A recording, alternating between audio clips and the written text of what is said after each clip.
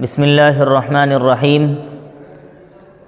ان الحمد للہ نحمده ونستعینه ونستغفره ونؤمن به ونتوکل علیہ ونعوذ باللہ من شرور انفسنا ومن سیئات اعمالنا من يهده اللہ فلا مضل له ومن يضلله فلا هادی له ونشهد ان لا الہ الا اللہ وحده لا شریک له ونشهد أن سيدنا ومولانا محمدًا عبده ورسوله صلى الله عليه وعلى آله وأصحابه وأزواجه وبارك وسلم تسليمًا كثيرًا أما بعد أعوذ بالله من الشيطان الرجيم بسم الله الرحمن الرحيم سبحان الذي أسرى بعبده ليلاً من المسجد الحرام إلى المسجد الأقصى الذي باركنا حوله لنريه من آياتنا إنه هو السميع البصير صدق اللہ العظیم۔ مقام حریم دنا دیکھ آئے، مقام حریم دنا دیکھ آئے، خدا کو حبیب خدا دیکھ آئے، ازل سے ابد تک کے سارے مناظر، ازل سے ابد تک کے سارے مناظر، نظام جزا و سزا دیکھ آئے، تجلی سے جس کی ہوا طور سرما، تجلی سے جس کی ہوا طور سرما، وہ اس نور کو برملا دیکھ آئے۔ حضرات محترم معزز سامعین اعظام، گزشتہ ہفتے آپ حضرات کی خدمت میں معراج النبی صلی اللہ علیہ وسلم سے متعلق چند باتیں عرض کی گئی تھیں۔ یہ سفر بہت لمبا سفر ہے، لیکن اس کی مسافت اور اس کی مدت انتہائی مختصر ہے، اور کسی نے کہنے والے نے کہا ہے، زنجیر بھی ہلتی رہی بستر بھی رہا گرم، زنجیر بھی ہلتی رہی بستر بھی رہا گرم، ایک پل میں سوئے عرش گئے اور آئے محمد۔ بس یہی اس کی مسافت اور مدت ہے، لیکن یہ سفر 3 حصوں پر منقسم ہے۔ پہلا جو حصہ ہے وہ مسجد حرام سے مسجد اقصیٰ تک، جو 1400 کلومیٹر کی مسافت ہے، اللہ کے نبی علیہ السلام نے براق سواری پر اس کو طے کی ہے۔ اسی طریقے سے مسجد اقصیٰ سے سدرۃ المنتہا تک معراج، یعنی وہ سیڑھی جو حضور پاک علیہ السلام کے لیے ظاہر کی گئی، اس پر آپ نے یہاں تک کا سفر کیا، اور سدرۃ المنتہا سے عرش معلیٰ تک یہ ایک الگ سواری ہے، جو انشاءاللہ آئندہ ہفتے کا میری گفتگو کا عنوان ہے۔ گزشتہ ہفتے آپ نے سماعت کیا کہ مسجد حرام سے لے کر کے مسجد اقصیٰ تک 4 بیچ میں اسٹیشن ہیں، 4 مقامات ہیں جہاں حضور پاک علیہ السلام رکے اور 2 رکعت نماز نفل ادا فرمائی۔ وہ آپ کے سامنے تقریباً آ گئے تھے۔ ایک مرتبہ پھر میں اس گفتگو کا مقصد ذہن نشیں کر دوں کہ اس گفتگو کی ضرورت کیوں پیش آ رہی ہے، اور کیوں معراج النبی علیہ السلام کے سلسلے میں گفتگو ہونی چاہیے۔ اس کی وجہ یہ ہے کہ یہ ایسا معجزہ ہے کہ اگر اس کے سلسلے میں نئی نوجوان نسل کو آگاہ نہ کیا جائے تو وہ الحادی نظریات کا شکار ہو سکتی ہے کہ آخر یہ ممکن کیسے ہے۔ تو دیکھیں، اللہ نے اس کا جواب ایک لفظ سے دیا، سبحان الذی اسری بعبدہ لیلا من المسجد الحرام الی المسجد الاقصی، کہ یہ سفر کرانے والی ذات رب العالمین کی ہے، جو ہر کمی، ہر عیب، ہر نقص اور ہر ضرورت سے پاک ہے۔ اللہ کو کسی سبب کی ضرورت نہیں ہے، وہ جب چاہے جیسے چاہے کسی بھی چیز کو انجام دے سکتا ہے۔ لہذا ہماری عقل کے اعتبار سے ہمیں ایسے لگتا ہے کہ یہ کیسے ممکن ہے، لیکن اللہ کے اعتبار سے یہ انتہائی آسان ہے۔ وَمَا ذَلِكَ عَلَى اللَّهِ بِعَزِيزٍ۔ لہذا مسجد حرام سے مسجد اقصیٰ تک آپ کے سامنے بیان کیا گیا۔ پہلے آپ یثرب میں آئے، وہاں اتر کر آپ نے 2 رکعت نماز نفل ادا فرمائی۔ اس کے بعد آپ جو ہے شجر موسیٰ پر آئے، پھر وہاں سے مدین آئے، اور وہاں سے پھر آپ بیت لحم جو حضرت عیسیٰ علیہ السلام کی جائے پیدائش ہے، یہاں سے آئندہ گفتگو، آج میری گفتگو کا عنوان یہاں سے جو سدرۃ المنتہا تک کا جو سفر ہے یہ آپ سماعت فرمائیں۔ بیت لحم سے جب آپ فارغ ہوئے تو آپ بیت المقدس میں تشریف لائے۔ بیت المقدس ایک شہر کا نام ہے۔ یہاں ایک مسجد ہے، مسجد اقصیٰ، اور ایک چھوٹی سی مسجد اور ہے، مسجد براق۔ یہ وہ جگہ ہے جہاں تمام انبیاء اپنی سواری باندھا کرتے تھے، اور سید الاولین والآخرین امام الانبیاء حضرت محمد الرسول اللہ صلی اللہ علیہ وسلم نے بھی اپنی سواری کو یہیں پر باندھا تھا۔ اور یہاں آج اس یاد میں ایک حلقہ لگا دیا گیا ہے، اور ایک مسجد ہے یہاں پر جس کو مسجد براق کہا جاتا ہے۔ سوال یہ پیدا ہوتا ہے کہ حضور پاک علیہ السلام کی یہ سواری جس کو براق کہا گیا ہے، یہ کہیں بھاگی جا رہی تھی کہ جو اس کو باندھنے کی ضرورت پیش آئی؟ یہ تو جنتی سواری تھی، لیکن اللہ کے نبی علیہ السلام نے اس سواری کو اس جگہ باندھ کر امت کو یہ پیغام دیا اور توکل کا مفہوم سمجھا دیا کہ توکل علی اللہ کہتے کسے ہیں، یعنی اللہ پر بھروسہ کرنا کس چیز کا نام ہے۔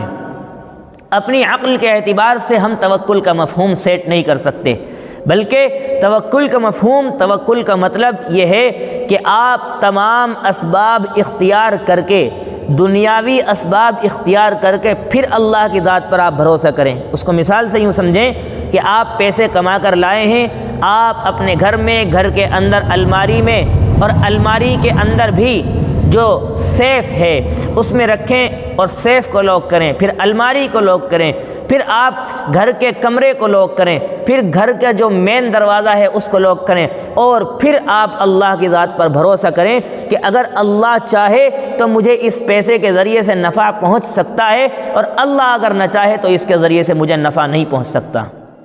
یہ ہے توکل علی اللہ کا مفہوم۔ ایسا نہیں ہے کہ آپ اپنی کہیں بھی چیز کوئی بھی رکھ دیں اور پھر اللہ پر بھروسہ کریں۔ یہ کس نے آپ سے کہا ہے؟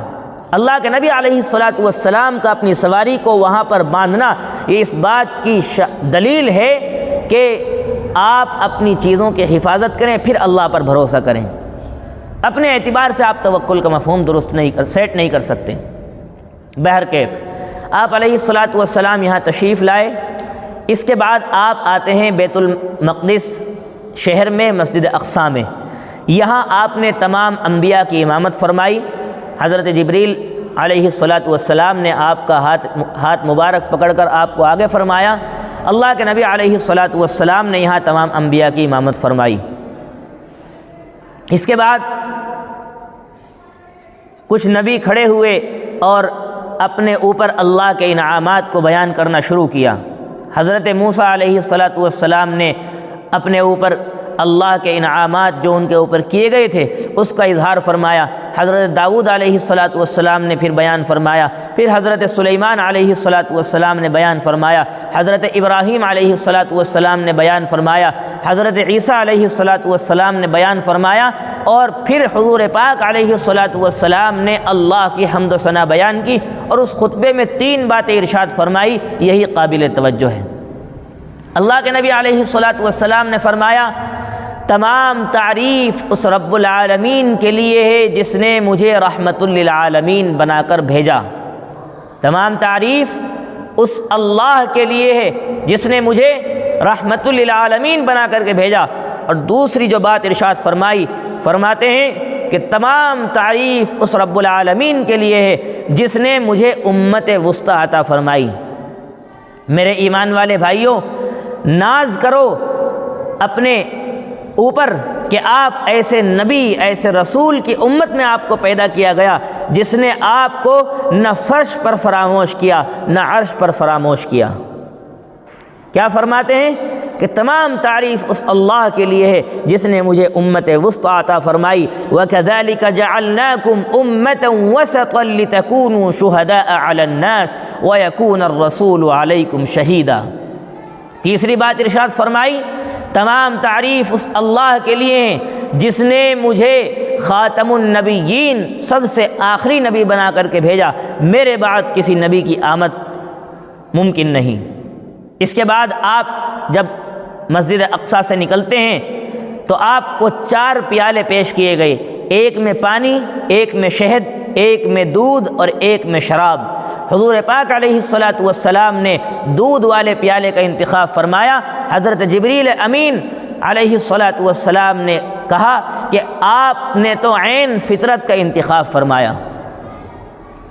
اس کو یوں بھی بیان کیا گیا ہے کہ بچہ جب پیدا ہوتا ہے تو اس کی سب سے پہلی غذا دودھ ہوتی ہے، تو یہ فطرت کے عین مطابق ہے۔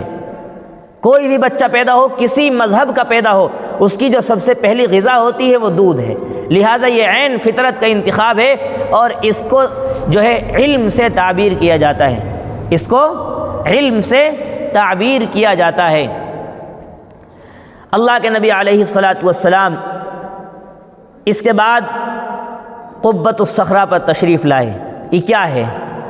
آپ نے جو فوٹو میں دیکھا ہوگا یا ویڈیوز وغیرہ میں، بیت المقدس یعنی مسجد اقصیٰ کی جو تصویر، ایک پیلا گنبد بنا ہوا ہے، یہی اس کے نیچے قبۃ الصخرہ ہے، یعنی اللہ کے نبی علیہ السلام کا جو دوسرا سفر کا حصہ ہے، اس کا جو آغاز ہے وہ یہاں سے ہوتا ہے۔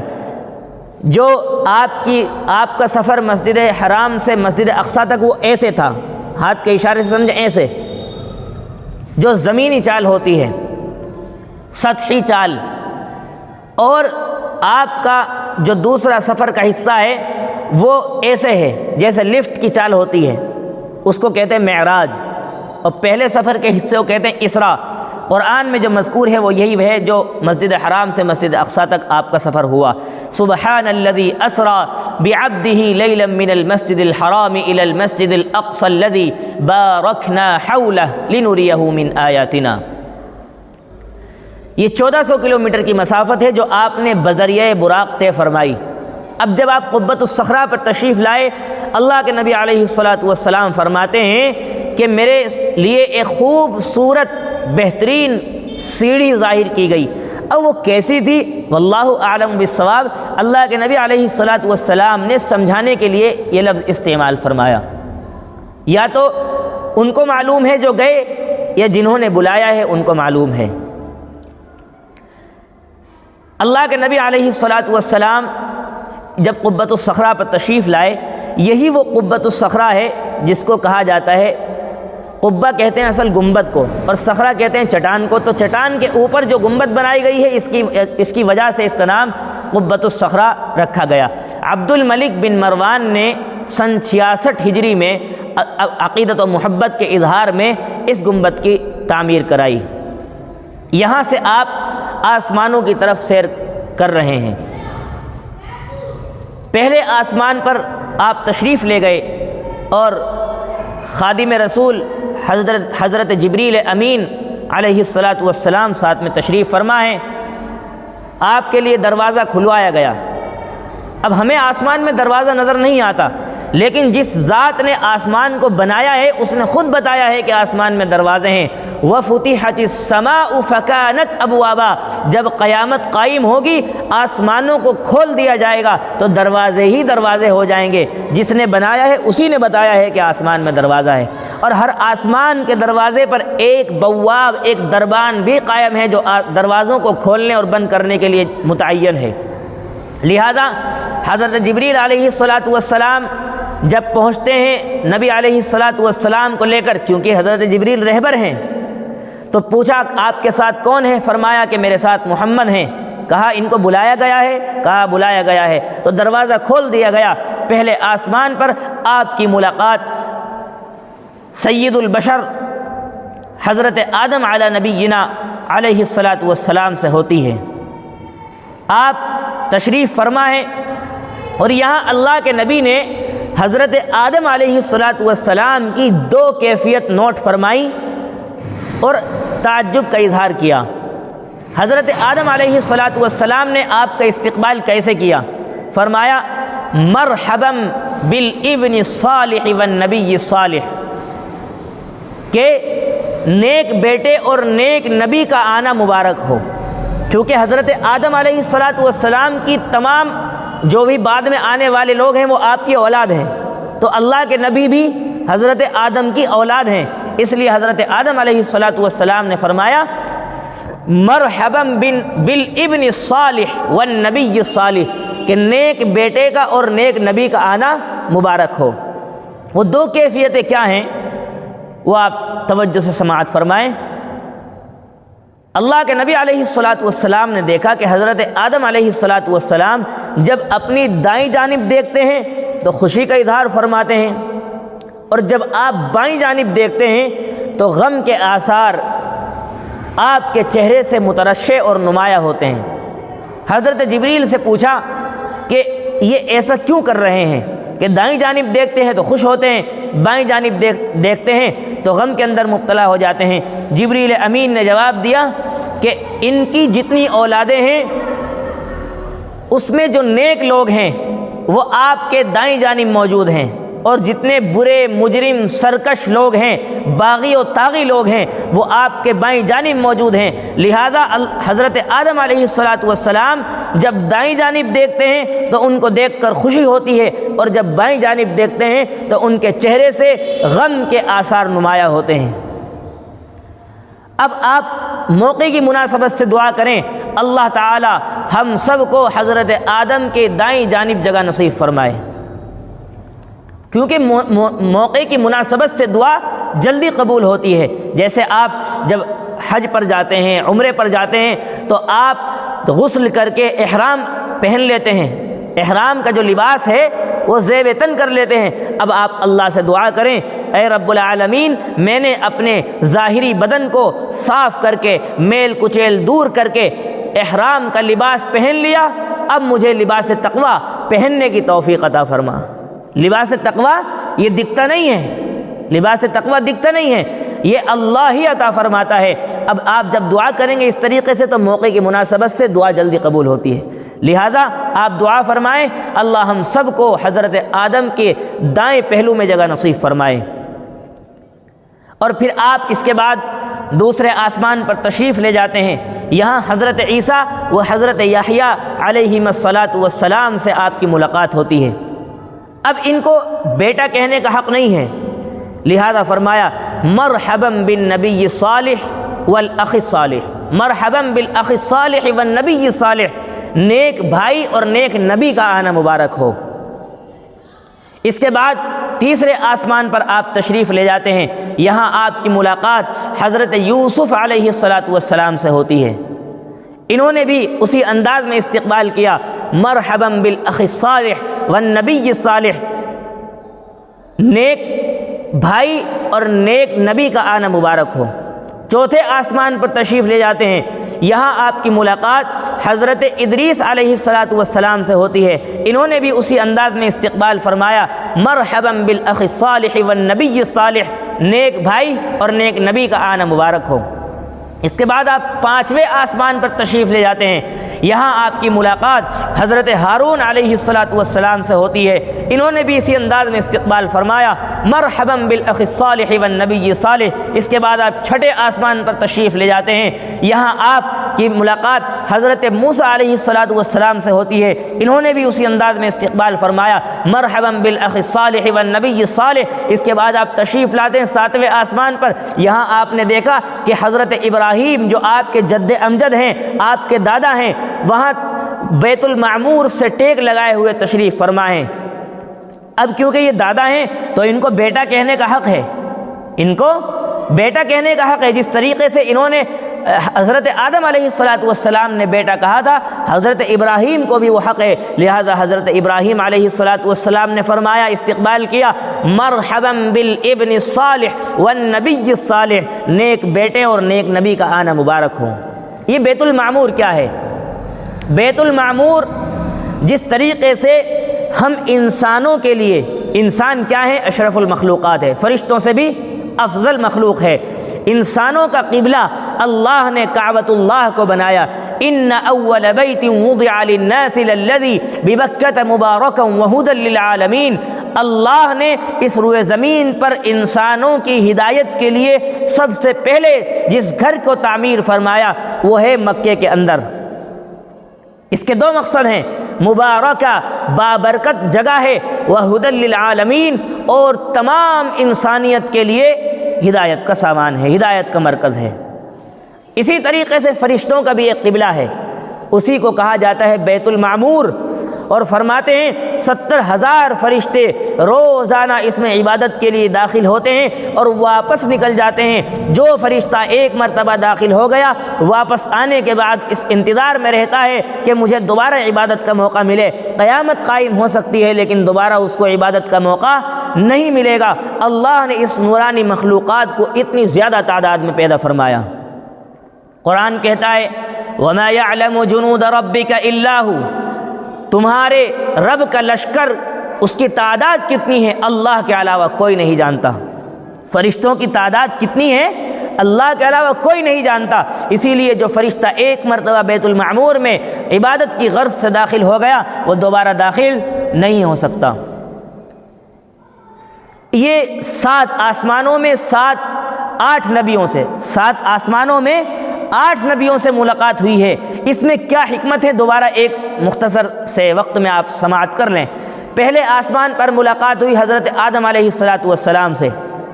اس میں اس بات کی طرف اشارہ تھا جس طریقے سے حضرت آدم علیہ السلام کو شیطان نے بہکایا اور اس بہکاوے کے نتیجے میں آپ کو جنت سے نکلنا پڑا، اسی طریقے سے آپ کو اپنے وطن سے ہجرت کرنا پڑے گا اور آپ مدینہ المنورہ میں تشریف لائیں گے، اور ایسا ہوا ہے۔ آپ نے مکے سے مدینے کی طرف ہجرت فرمائی۔ دوسرے آسمان پر حضرت عیسیٰ اور حضرت یحییٰ علیہ السلام سے ملاقات ہوئی۔ اس میں اس بات کی طرف اشارہ تھا جس طریقے سے حضرت عیسیٰ کو حضرت یحییٰ علیہ السلام کو یہود کی دشمنی کا، یہود کی سازش کا، یہود کی مکاری کا، عیاری کا اور ان کی فتنہ پروری کا نشانہ بننا پڑا ہے۔ حضور پاک علیہ السلام کو بھی یہود کی سازش کا نشانہ بننا پڑے گا۔ اور آپ دیکھیں کہ جب اللہ کے نبی اس دنیا میں حیات تھے روئے زمین پر، حیات تو اب بھی ہے قبر میں، لیکن جب وہ روئے زمین پر تشریف فرما تھے اس وقت بھی یہود نے ان کی مخالفت کی اور آج بھی یہود ان کی مخالفت کرتا ہے۔ تیسرے آسمان پر حضرت یوسف علیہ السلام سے ملاقات ہوئی اور اس میں اس بات کی طرف اشارہ تھا جس طریقے سے یوسف علیہ السلام کے بھائیوں نے ان کو کنویں میں ڈالا اور وہاں سے اٹھا کر ان کو مصر کے بازار میں بیچ دیا گیا اور پھر وہ جیل میں رہے۔ اس کے بعد اللہ نے ان کو مصر کی بادشاہت عطا فرمائی، اور جب ان کے بھائی ان کے پاس واپس آئے تھے تو انہوں نے کہا تھا لا تثریب علیکم اليوم یغفر اللہ لنا ولکم، کہ آج تم سے کوئی بدلہ نہیں لیا جائے گا، اللہ ہماری تمہاری مغفرت کرے، وہو ارحم الراحمین۔ تو اللہ کے نبی علیہ السلام جب سن 8 ہجری میں فتح مکہ کے موقع پر مکۃ المکرمہ تشریف لائے، وہ ظالم جنہوں نے آپ پر ظلم و استبداد کے پہاڑ توڑے تھے، ظلم کی انتہا کی تھی، وہ سب کے سب موجود تھے، اور آج نبی پوری بہومت کے ساتھ آپ مکۃ المکرمہ میں آئے ہیں۔ جس طریقے سے سرکار ہوتی ہے اگر بہومت کے ساتھ بن جائے تو بس وہ پھر کیا کرتی ہے اسی کو معلوم ہے۔ اللہ کے نبی علیہ السلام جب سن 8 ہجری میں فتح مکہ کے موقع پر تشریف لائے تو یہاں آپ پاورفل طاقت، بہترین زبردست طاقت کے ساتھ تشریف لائے، کسی کی مجال نہیں تھی جو آپ کی طرف آنکھ اٹھا کر کے بھی دیکھ سکے۔ اگر آپ چاہتے ایک ایک سے بدلہ لے سکتے تھے، لیکن آپ نے اپنے اخلاق عظیمانہ کا ایسا آپ نے اپنے اخلاق عظیمانہ کی ایسی مثال پیش کی کہ دنیا میں ایسی مثال نہیں ملتی۔ آپ نے فرمایا لا تثریب علیکم اليوم فاذهبوا انتم الطلقاء، جاؤ آج تم سے کوئی بدلہ نہیں لیا جائے گا، تم سب کے سب آزاد ہو۔ جو حرم شریف میں داخل ہو جائے اسے بھی امان، جو ابو سفیان کے گھر میں داخل ہو جائے اسے بھی امان، اور جو اپنے گھر کا دروازہ بند کر لے اسے بھی امان۔ یعنی آپ نے معافی دینے کے بہانے جو ہے سارے کے سارے وہ آپ نے دے دیے۔ یہ ہے میرے نبی کی شان، میرے نبی کی عظمت، یہ آپ کے اخلاق تھے کہ جنہوں نے آپ کو ستایا، اپنے پیارے وطن مکۃ المکرمہ سے ہجرت کرنے پر مجبور کیا، اپنے پیارے مقدس وطن کو چھوڑنے پر مجبور کیا، آج میرے مصطفیٰ نے ان سے کوئی بدلہ نہیں لیا۔ جب آپ چوتھے آسمان پر تشریف لے گئے، آپ کی ملاقات حضرت ادریس علیہ السلام سے ہوتی ہے۔ اس میں اس بات کی طرف اشارہ تھا، وَاذْكُرْ فِي الْكِتَابِ إِدْرِيسَ إِنَّهُ كَانَ صِدِّيقًا نَبِيًّا وَرَفَعْنَاهُ مَكَانًا عَلِيًّا، کہ ہم نے ان کو بلند و بالا مقام کی طرف اٹھایا، ہم نے ان کا مرتبہ بلند کیا۔ تو جس طریقے سے حضرت ادریس کا مرتبہ بلند کیا گیا، آپ کا بھی مرتبہ اسی طریقے سے بلند کیا جائے گا۔ پانچویں آسمان پر جب آپ کی ملاقات حضرت ہارون علیہ السلام سے ہوتی ہے، اس میں اس بات کی طرف اشارہ تھا، جس طریقے سے حضرت ہارون کو ان کی قوم نے ذلیل و رسوا کیا، پھر بعد میں اسی قوم نے ان کی تعظیم کی، آپ کے ساتھ بھی ایسا ہوگا۔ پہلے وہی مکہ والے جو آپ کے چچا، کوئی آپ کا رشتہ دار، کوئی آپ کا کسی طریقے سے بھائی، سب رشتہ دار تھے، آپ کے وطن کے لوگ تھے، انہوں نے آپ کو خوب ذلیل و رسوا کیا، لیکن وہی سب پھر آپ کے ہاتھ پر ایمان لائے۔ پھر اسی طریقے سے آپ کی ملاقات حضرت موسیٰ علیہ السلام سے ہوئی ہے۔ اس میں اس بات کی طرف اشارہ تھا، جس طریقے سے موسیٰ علیہ السلام کو تکلیف پہنچائی گئی، اس طریقے سے آپ کو بھی تکلیف پہنچائی جائے گی۔ ساتویں آسمان پر جب آپ کی ملاقات حضرت ابراہیم علیہ السلام سے ہوئی ہے، تو اس میں اس بات کی طرف اشارہ تھا کہ اللہ نے حضرت ابراہیم علیہ السلام کے ذریعے کعبۃ اللہ کی تعمیر کرائی، اور مناسک حج یہ حضرت ابراہیم علیہ السلام کی دین ہے۔ تو آپ کو آخری عمر میں مناسک حج کی توفیق ہوگی اور آپ اللہ کے حکم سے حج ادا فرمائیں گے، لہذا آپ نے آخری وقت میں ایک حج فرمایا پوری زندگی میں، میرے مصطفیٰ نے ایک حج پوری زندگی میں فرمایا۔ یہ 7 آسمانوں میں 8 نبیوں سے ملاقات میں جو حکمت تھی وہ میں نے آپ حضرات کے سامنے رکھی۔ اب آخری جو مقام ہے وہ رہ گیا ہے، آج کی گفتگو کا جو خلاصہ ہے۔ آپ یہاں سے چلتے ہیں سدرۃ المنتہا تک۔ یہ سدرۃ المنتہا کیا ہے؟ اللہ تبارک و تعالی کو نبی پاک علیہ السلام نے اپنی سر کی آنکھوں سے دیکھا ہے۔ اب جب آپ سدرۃ المنتہا پر تشریف لاتے ہیں، سدرۃ المنتہا آخرکار کیا ہے؟ سدرۃ المنتہا یہ ایک بیری کا درخت ہے۔ اللہ کے نبی نے مثال سے فرمایا، اگر کسی چیز کا نام آپ کو بتایا جائے جو آپ نے دیکھا نہ ہو تو کچھ سمجھ پائیں گے؟ نہیں سمجھ سکتے۔ جیسے آج کل بڑے بڑے سیارے وجود میں آ رہے ہیں، اگر ان کی حیت کیفیت نہ بتائی جائے تو آپ نہیں سمجھ سکتے۔ اسی لیے اللہ قربان، یعنی آپ قرآن کریم کا اعجاز دیکھیے اور قرآن کریم کا اسلوب فصاحت و بلاغت دیکھیں کہ اللہ تبارک و تعالی نے یعنی لوگوں کے اعتبار سے اس کو ایسا آسان انداز میں بیان کیا کہ ہر کوئی اس کو سمجھ سکتا ہے۔ فرمایا کہ سدرۃ المنتہا یہ بیری کا درخت ہے۔ بیر آپ نے کتنے بڑے کھائے ہوں گے؟ اتنے بڑے، اور سائز بڑا کر لو اتنا، بس اس سے زیادہ نہیں۔ اللہ کے نبی نے مثال دے کر فرمایا کہ اس کے بیر اتنے بڑے بڑے ہیں جیسا کہ مقام ہجر کے مٹکے۔ عرب میں ایک مقام ہے مقام ہجر، وہاں مٹکے تیار ہوا کرتے تھے بڑے بڑے۔ فرمایا کہ بیری کے سدرۃ المنتہا کے جو بیر ہیں وہ مقام ہجر کے مٹکوں کے برابر ہیں، اور بیری کے پتے بہت چھوٹے ہوتے ہیں۔ اللہ کے نبی نے فرمایا ہاتھی کے کان جتنے جتنے اس کے پتے ہیں۔ اور اللہ کی تجلیات جو اس پیڑ پر سدرۃ المنتہا پر پڑ رہی تھی، اس کا یہ عالم تھا، اتنی زیادہ روشنی تھی کہ وہاں سونے کے پتنگے پرواز کر رہے تھے۔ یہ لائٹ ہے یہاں، آپ اس کی طرف 5 منٹ نہیں دیکھ سکتے، جبکہ اس کی کوئی حقیقت نہیں ہے، دنیاوی لائٹ ہے۔ آپ 5 منٹ دیکھیں گے تو آپ کی آنکھ چندھیانا شروع ہو جائے گی، لیکن اللہ کے نبی علیہ السلام نے تجلیات الہی کو دیکھا، اور قرآن کی زبان ہے، قرآن بیان کرتا ہے ما زاغ البصر وما طغى، آپ کی آنکھ ذرہ برابر چندھیائی نہیں اور نہ ٹیڑھ پن پیدا ہوا۔ اللہ کے نبی نے اپنے سر کی آنکھوں سے تجلیات الہیہ کا مشاہدہ کیا، اور یہی تجلی ایک منظرنامہ قرآن میں اور ہے۔ حضرت موسیٰ علیہ السلام نے اللہ سے درخواست کی تھی، قال رب ارنی انظر الیک، اے میرے پروردگار میں چاہتا ہوں کہ آپ کو دیکھوں، کیونکہ اللہ تعالی حضرت موسیٰ سے بات کرتے تھے، حضرت موسیٰ سے بات کرتے تھے، ہم کلامی کا شرف بخشا تھا، لہذا اسی وجہ سے موسیٰ کو کلیم اللہ کا لقب دیا گیا، اللہ سے بات کرنے والے۔ تو جب کسی سے گفتگو ہوتی ہے اور اس کو دیکھا نہ ہو تو دل میں ایک ولولہ پیدا ہوتا ہے کہ ہاں اس کی زیارت بھی کروں، آخر جب اس کی بات اتنی اچھی ہے تو چہرہ کتنا اچھا ہوگا۔ تو اللہ